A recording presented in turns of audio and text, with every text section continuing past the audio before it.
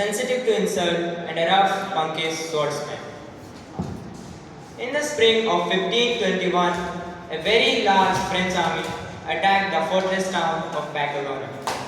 A tiny band of Spanish soldiers trying to defend the town were ready to surrender. All of them except Inigo de Loro. He would hold off the French single-handed, but a French cannonball shattered his leg and put an end to his stand. The French admired the courage of the men.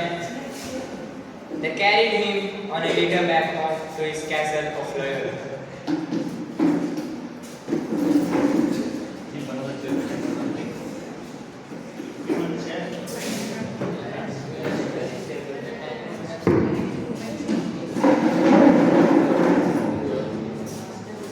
To pass the time while he recovered, he asked for the kind of books he enjoyed reading, such as romances of chivalry. But the only reading available in the house was an illustrated life of Christ and a book of saints and legends. He spent hours dreaming. He dreamed of exploits he would do in service to his people and in honor of the royal lady he was in love with. But he would also dream about exploits he would do to imitate St. Francis of Assisi and St. Dominic in fidelity to his heavenly Lord. Gradually, he began to reflect on these experiences.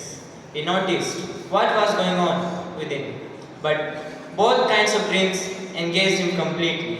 But after the romantic dreaming was over, he felt empty and dissatisfied. Whereas after the spiritual dreaming ended, he still felt a deep peace, a quiet happiness.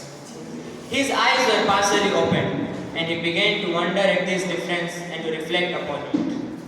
He came to perceive the different spirits that were within him, so that he could kiss the earth where our Lord had walked. He traveled to the town of Montserrat in Spain.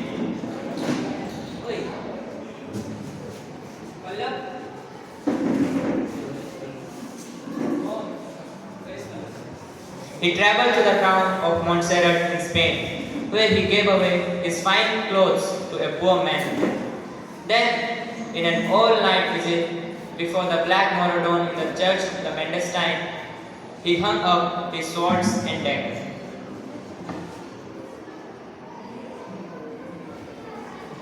Effectively, his old life was over, and his new life had begun.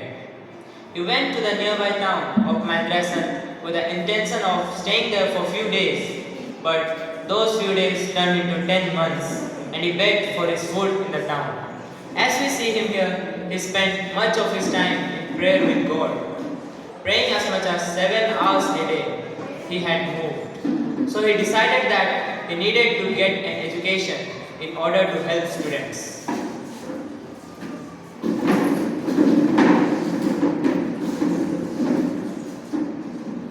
After his initial schooling in Barcelona, he moved to Spanish University. He spent nearly much time engaging people in conversations about spiritual matters, as he did studying and attending lectures.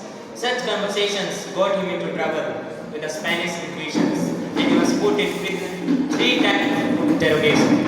The charge was always the same, that he dared to speak of crimes for interrogation.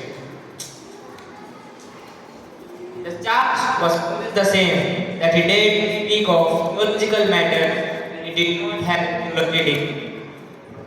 Further, he was not obedient. At the age of 28, Ignatius attended college in the University of Paris and completed his master's.